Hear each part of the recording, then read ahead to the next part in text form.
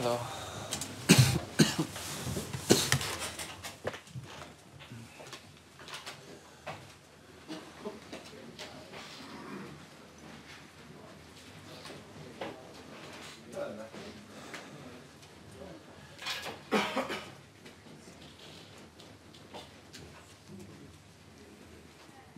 Okay, we'll get started. Please raise your hand if you'd like to ask a question.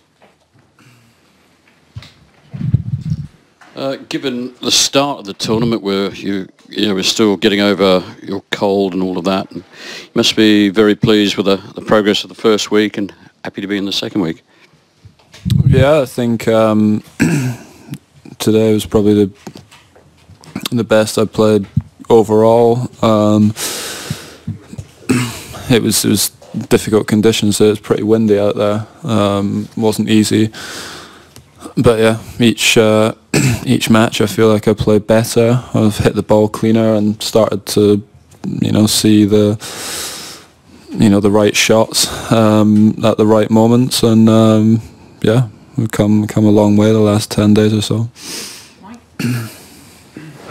He's attracted quite a lot of attention, Kachanov. Now that you've played him, what kind of ceiling would you put for him in the future? I mean, it's very difficult to, as I don't know him that well. The sort of the work ethic and the dedication and everything appears to be there. I think he's really into his tennis, which is very important. He, in my opinion, has a very good coach. I think Gallo Blanco, with pretty much everyone that he's worked with, he's helped them a lot. He is a very strong guy, powerful, big serve, big shots. He's got good timing. But you never know how players are going to develop. It's very difficult. But he's obviously one of the best young players in the world just now. He'll keep getting better. But yeah, I mean, I think by the end of this year, top 20, top 25, and then from there, who knows? Andy, the two times you got broken today, you broke back straight away. Are you in that kind of zone at the moment where you feel if something goes against you, you can just step it up a gear? Is that kind of where your mind is at the moment? Yeah, well, I mean, I said after the last match that what's important is, what you're thinking right before the following point, and just now I'm quite clear with what I'm doing. I played a bad game in the third set to get broken. I think second set, when I lost serve, I think he came up with some good returns, played some good stuff. But the third set, I didn't play a good game, and reset pretty quickly, and played some really good points the following game. To get the break back and serve it out. So that's another thing that's been positive the last couple of matches. Same thing against Del Potro when I served for the second set. Broke straight back the following game and closed it out. So that's been good the last few matches. First of all, Andy, condolences for the recent events in Britain. And Novak Djokovic was asked yesterday whether he felt sports brings people together, and he said that he felt tennis does have values that people admire, sacrifice, fair play, and the like. Could you just reflect on whether you think our sport does, in a small tangential way, bring people together, different cultures, and is that something that you admire?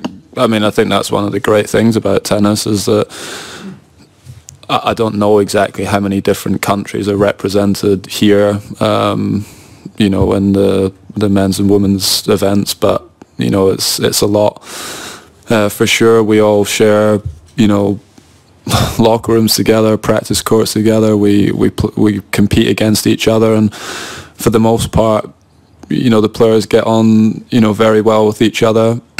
We travel all around the world. We play in, cities all over the world and different continents. We get, fantastic support, everywhere we go. And, yeah, I do think, sport, and tennis in particular, because of the nature of it, such a global sport. It does bring lots of people together from many different places. It's one of the things I feel lucky that we get to travel around the world. It's one of the best things about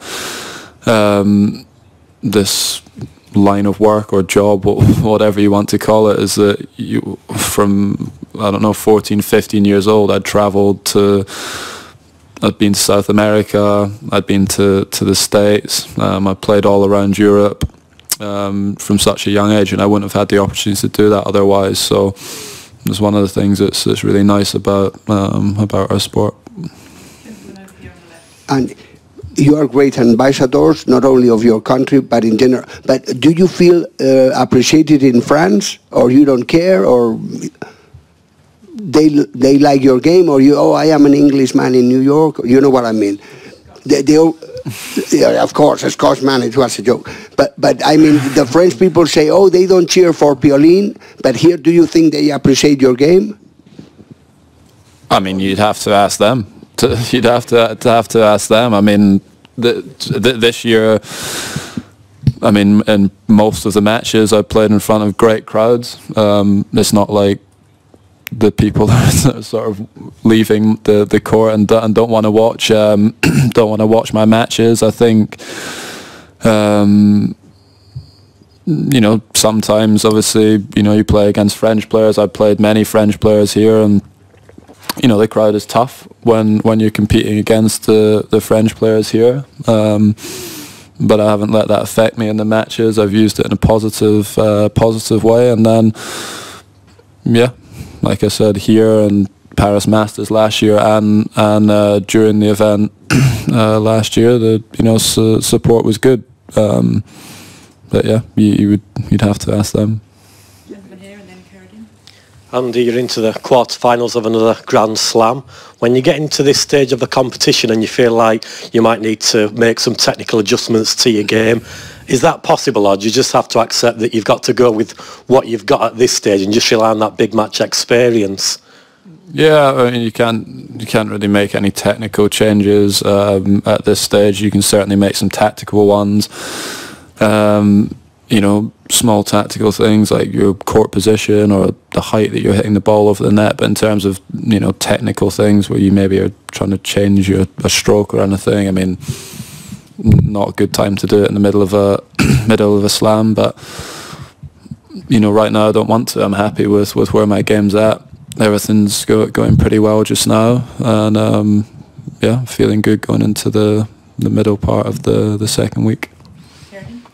Andy, from a technical tennis question to a football one, my colleagues in Scotland wonder if you could share some memories you have of watching Scotland-England matches, maybe with Jamie, or when you were growing up, any memories that stand out, either of the actual matches, the results, or watching Scotland against England at football?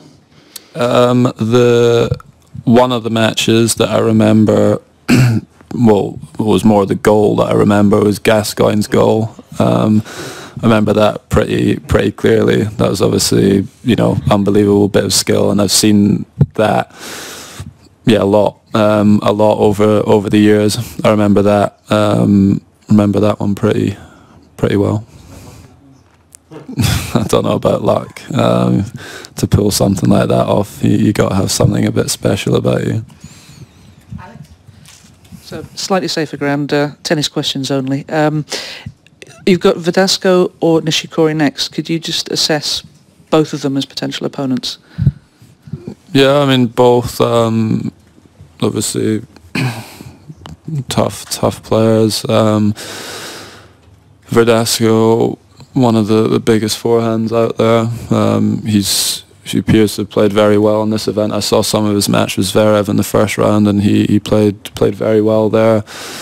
Also had a pretty comfortable win against Cuevas, who is... I didn't see that coming, and not that I didn't expect Verdasco to maybe win the match, but just the scoreline was pretty surprising. He must have played well there. And Kay, obviously lost against him in US Open. He plays well on the clay, obviously, and very solid off both wings, whereas Fernando's, most of his danger is coming from the forehand side.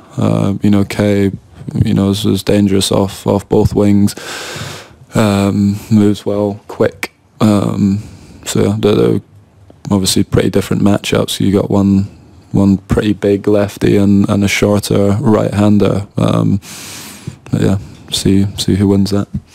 Stuart, and then we'll take one more after that. How important did you feel it was to say something about the recent terror attacks after the match? It seems like it was maybe something you mentioned to Fabrice beforehand, and also did you watch the concert last night?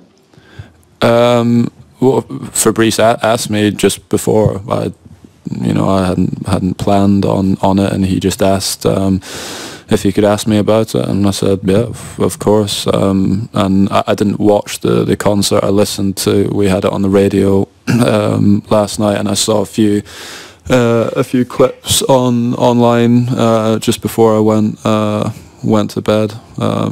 But it looked like it was, pretty amazing. I mean, so many people there, trying to have a good time in what's obviously a very difficult time just now.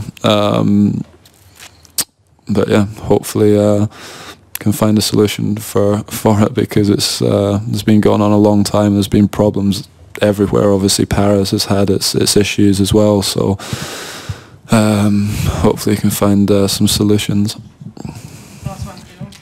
You had a great defensive lob earlier in the tournament. You had that lob in Davis Cup against Goffin. Some people say you have the best lob in the game. Could you just give a little free-form comments about the art of the lob? Is that something you practice? Do you enjoy the shot? Just talk about that, please. Never practice it. Well, I don't like. If I'm playing like a practice set or something, yeah, I'm sure I hit lobs, but I don't, have my coach feed me balls that I can just hit, 10, 20 lobs off. Probably that and the drop shot are two of the shots that I never practice really. They're more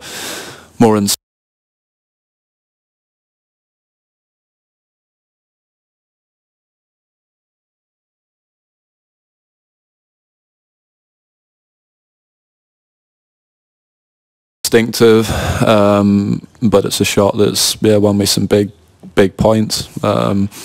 It's a shot I like playing. It works well against all players. Doesn't matter if you play against someone like Karlovic, who comes to the net a lot. Obviously a huge guy, but you get a lob over the head a couple of times. It makes them sort of play a little bit further away from the net, which then opens up more angles. And yeah, if you're playing a shorter player, it doesn't matter how close they are to the net. If you get a good lob, it's not easy for them to reach it. So it's a shot I like playing, and it's won me a lot of big points. Thank you, everybody. Thank you. Thanks.